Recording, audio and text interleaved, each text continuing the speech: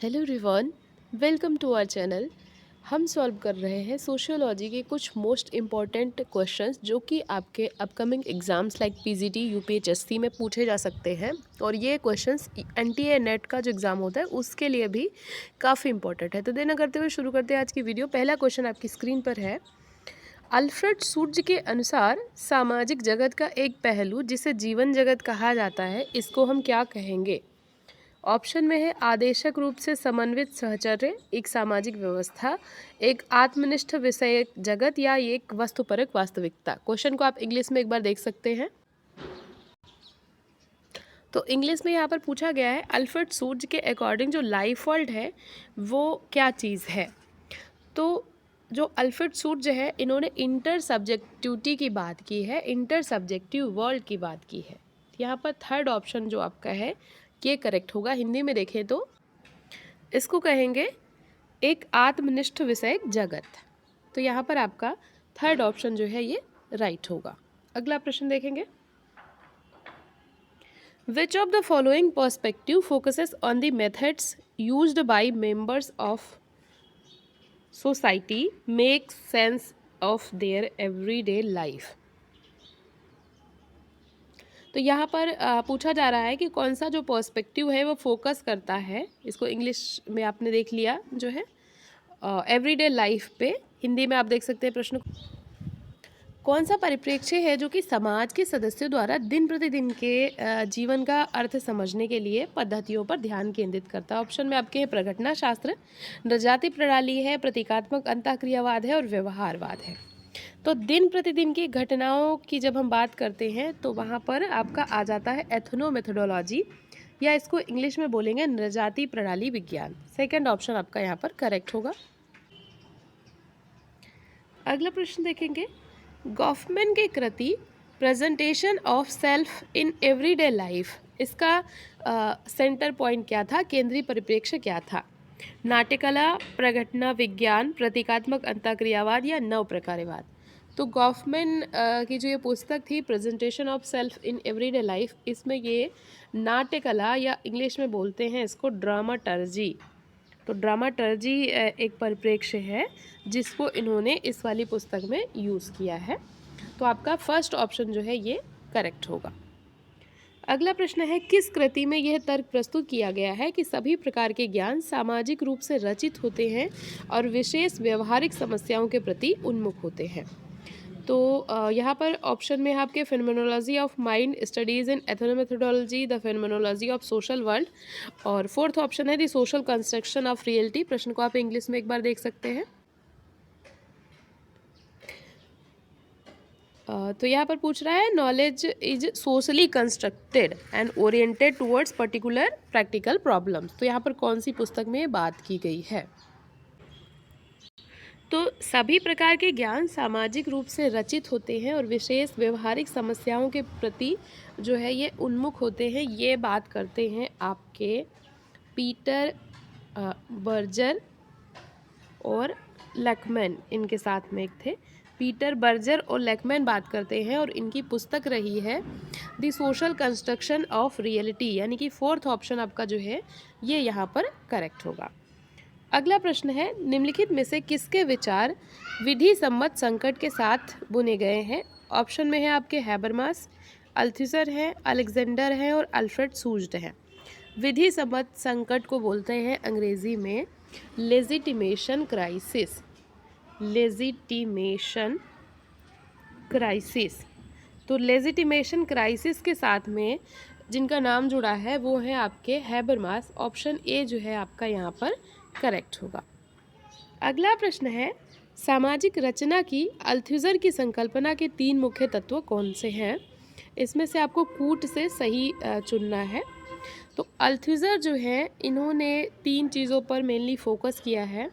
एक उसमें से है आपकी इकोनॉमी, एक ये पॉलिटी या राज्य व्यवस्था की बात करते हैं यहाँ पर, या इसको आप राज्य भी कह सकते हैं, सीधा स्टेट की बात कर लीजिए, या आइडियोलॉजी की बात करते हैं, विचारधारा की। तो अर्थव्यवस्था, राज्य व्यवस्था और विचारधारा, इन तीन चीज़ों की ये बात करते हैं। आपका थर्ड ऑप्शन जो है ये करेक्ट होगा।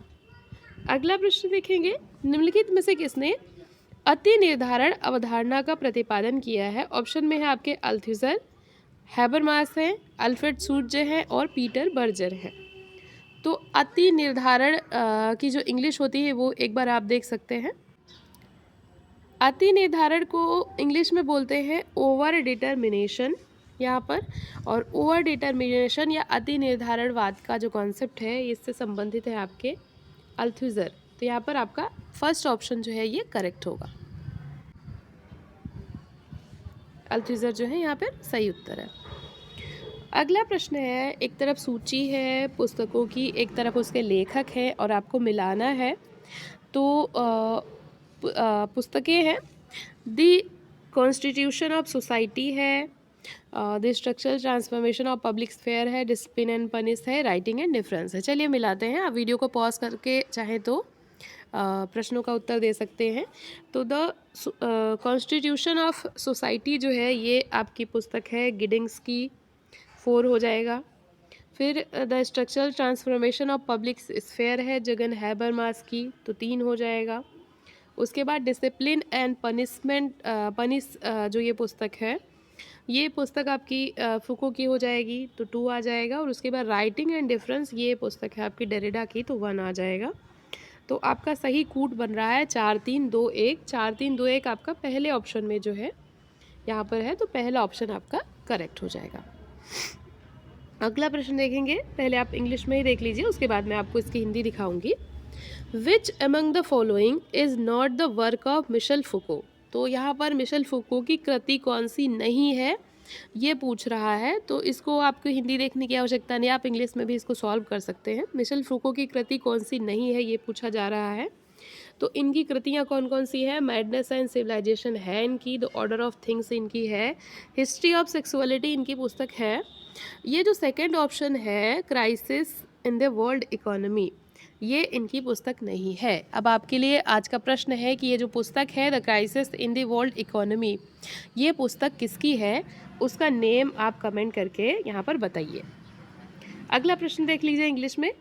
The structuring of social relations across time and space as the result of interaction of pre-existing structure and individual agency can be described। यहाँ पर पर्सपेक्टिव पूछ रहा है, कौन से पर्सपेक्टिव में ये बात होती है। तो क्या क्या चीज़ें हैं, शब्द पकड़िएगा। एक तो एजेंसी की बात हो रही है, स्ट्रक्चर की बात हो रही है, इसके अलावा यहाँ पर टाइम एंड स्पेस की बात हो रही है, सिकुड़ने की, इंटरेक्शन की बात हो रही है। ऑप्शन में आपके हैं स्ट्रक्चरलिज्म है, स्ट्रक्चरल फंक्शनलिज्म है, पोस्ट स्ट्रक्चरलिज्म है और स्ट्रक्चरेशन है। हिंदी में प्रश्न को देखिए एक बार। तो हिंदी में हम देखेंगे तो समय और काल के परे बात हो रही है। एक तो समय और काल 2 शब्द आ गए, और उसके बाद पूर्व विद्यमान संरचना बात है, और उसके बाद एजेंसी की बात हो रही है और अंतःक्रिया की बात हो रही है। तो यहाँ पर पूछ रहा है कौन से पर्सपेक्टिव में ये सारी बातें होती हैं। तो एजेंसी, स्ट्रक्चर, समय और काल से परे, ये सारे शब्द संबंधित है आपके संरचनाकरण सिद्धांत से, जो कि है आपके एंथोनी गिडिंग्स का जो संरचनाकरण का सिद्धांत है उसमें वो बात करते हैं कि समय और स्थान की दूरी सिकुड़ जाती है, और समय और काल से परे कुछ संरचनाएं जो हैं वो विद्यमान होती हैं, जहाँ पर संरचना और एजेंसी और इंटरेक्शन की वो बात करते हैं। तो स्ट्रक्चरेशन थियरी की यहाँ पर बात हो रही है। 4th ऑप्शन आपका करेक्ट होगा। अगला प्रश्न है, किसके लिए वास्तविकता के स्थानीय ब्यौरे भव्य आख्यानों की तुलना में अधिक महत्वपूर्ण है? इसको अंग्रेजी में भी प्रश्न को देख लीजिए। For whom local accounts of reality are more important than the grand narrative. तो ग्रैंड नैरेटिव को नकारा है और लोकल अकाउंट्स को एक्सेप्ट कर रहे हैं। तो यहाँ पर कौन होगा? तो ग्रैंड नैरेटिव को नकारते हैं आपके उत्तर आधुनिकतावादी, यानी पोस्ट मॉडर्निस्ट जो होते हैं वो ग्रैंड नैरेटिव को स्वीकार नहीं करते हैं। उसके बजाय वो स्थानीय ब्यौरे, लोकल अकाउंट्स को जो है ज़्यादा प्रायोरिटी देते हैं, उसको ज़्यादा अच्छा मानते हैं। यहाँ पर 3rd ऑप्शन आपका जो है करेक्ट होगा। अगला प्रश्न है, भारत में विविधता के स्रोतों में क्या क्या सम्मिलित है? न जातीय उद्गम, जातियाँ, धर्म, भाषाएँ। तो भारत में आप जानते हैं भाषागत विविधता भी है, धर्म के आधार पर भी विविधता है, जातियाँ बहुत सारी हैं और यहाँ पर एथनिक उद्गम यानी कि जनजातीय उद्गम की बात के आधार पर भी विविधता है। तो ABCD आपका फोर्थ ऑप्शन जो है ये चारों के चारों आपके करेक्ट हो जाएंगे। फोर्थ ऑप्शन आपका राइट है। अगला प्रश्न है, N.K. बोस के अनुसार भारतीय सभ्यता का विकास किसका परिणाम है? ऑप्शन में आपके हैं बारंबार हुए युद्धों के अनुभव जिनके परिणाम स्वरूप राष्ट्रीयता की भावना उत्पन्न हुई, सापेक्षिक रूप से शांतिपूर्ण स्थितियों में सांस्कृतिक बहुलता का प्रतिरूप, भारत में समुदाय अपनी विशिष्ट सत्ताओं का निर्माण नहीं करते, और फोर्थ ऑप्शन है संस्कृति की विविधता किंतु सभी समुदायों की अंतर्निर्भरता के लिए आर्थिक संगठन को प्रोत्साहित करना। तो N.K. बोस ने जो भारतीय सभ्यता का विकास की बात की है तो उन्होंने बताया था कि यहाँ पर सापेक्षिक रूप से जो स्थितियाँ हैं वो शांतिपूर्ण रहती हैं और साथ साथ में विविधता है, बहुलतावाद है संस्कृतियों का, बहुत सारी संस्कृतियाँ हैं यहाँ पर, लेकिन फिर भी सभी आपस में जो है सामंजस्य के साथ में रहते हैं और सांस्कृतिक विविधता के साथ साथ सभी समुदाय एक दूसरे पर डिपेंड भी हैं, ऐसा आर्थिक संगठन यहाँ पर है। तो B और D ऑप्शन में है, फोर्थ ऑप्शन आपका देखिए यहाँ पर करेक्ट होगा। अगला प्रश्न है, भारत में किसे समाजशास्त्र को इतिहास परकवाद और संस्कृति विज्ञान की छाया से बाहर निकालने का श्रेय दिया जाता है? इसको आप अंग्रेजी में जाए तो देख सकते हैं एक बारी। In India, who is credited for bringing sociology out of shadow of historicism and culturology? तो ये थोड़ा सा ट्रिकी प्रश्न है, इसको अगर आप समझेंगे तो इतिहास परकवाद और संस्कृति विज्ञान की छाया से बाहर निकालने का मतलब हो रहा है कि किसने जो है सबसे पहले क्षेत्रीय जो परिप्रेक्ष्य है कि क्षेत्र अध्ययन फील्ड स्टडी की बात हो रही है, किसने फील्ड वर्क या फील्ड स्टडी सबसे पहले शुरू की है, तो ये आपके M.N. श्रीनिवास ने सबसे पहले क्षेत्र अध्ययन जो है भारत में इन्होंने ही शुरू किया था। पहला ऑप्शन आपका करेक्ट है। अगला प्रश्न है, किसने इस बात पर जोर दिया कि यह पर्याप्त नहीं है कि एक भारतीय समाजशास्त्री बने अपितु उससे पहले एक भारतीय बने? तो ये परिभाषा जो दी है ये दी है आपके ऑप्शन में देखिए रंजीत गुहा हैं, D.P. मुखर्जी हैं, N.K. बोस हैं और सुरजीत सिन्हा है। तो ये मानना है आपके D.P. मुखर्जी का, लखनऊ विश्वविद्यालय से संबद्ध रहे हैं मुखर्जी, और इनका मानना था कि भारतीय समाजशास्त्री एक समाजशास्त्री से पहले एक भारतीय होना अनिवार्य है। तो सेकंड ऑप्शन आपका करेक्ट है। अगला प्रश्न देखेंगे, असर्शन एंड रीज़न का है, आप इंग्लिश को एक बार ही देख लीजिए, उसके बाद मैं आपको हिंदी में दिखाऊंगी। तो यहाँ पर कारण अभिकथन और कारण वाला प्रश्न है, भारत में क्षेत्रीयतावाद स्वतंत्रता के बाद से निरंतर उभर रहा है और यहाँ पर उसका कारण दिया है, बड़े या छोटे सभी क्षेत्र संकीर्ण दृष्टिकोण के साथ अपने क्षेत्रीय हितों की रक्षा करना चाहते हैं।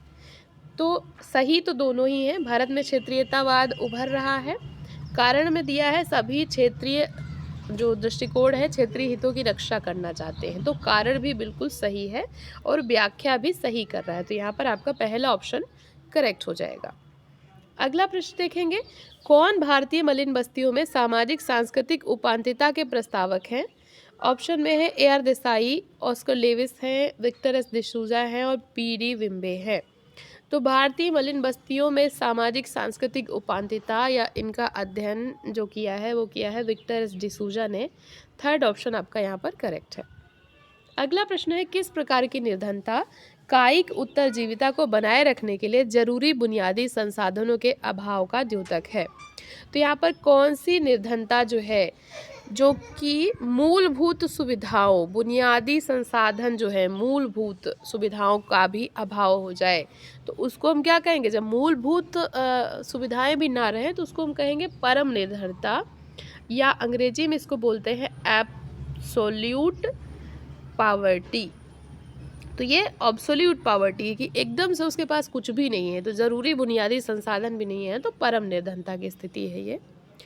अगला प्रश्न है, कायाकल्प और शहरी परिवर्तन हेतु अटल मिशन का शुभारंभ कब किया गया था? ऑप्शन में है आपके 2 अक्टूबर 2015, 25 जून 2015, 15 अगस्त 2015 या फिर 26 जनवरी 2015। तो अटल मिशन या अमृत मिशन जो है इसको कहा जाता है। इसका शुभारंभ किया गया था जून 2015 में, 25 जून 2015। सेकेंड ऑप्शन आपका यहाँ पर करेक्ट होगा। अगला प्रश्न है, नीचे दो कथन दिए गए हैं, एक तरफ अभिकथन है, एक तरफ कारण है, तो आपको यहाँ पर बताना है कौन सा ऑप्शन जो है सही होगा। तो सॉल्व करते हैं इसको। पारिस्थितिकीय निम्नीकरण के परिणाम स्वरूप पर्यावरणीय प्रदूषण होता है, सही बात है ये। और रीज़न में दिया है वनोन्मूलन, बड़े बांधों का निर्माण और अन्य विकासात्मक कार्यकलाप पारिस्थितिकीय निम्नीकरण के लिए उत्तरदायी है। तो ये भी सही है, लेकिन दोनों सही होने के साथ साथ ये इसकी व्याख्या नहीं कर रहा है, तो इसलिए दोनों सही हैं, लेकिन आर ए की सही व्याख्या नहीं है।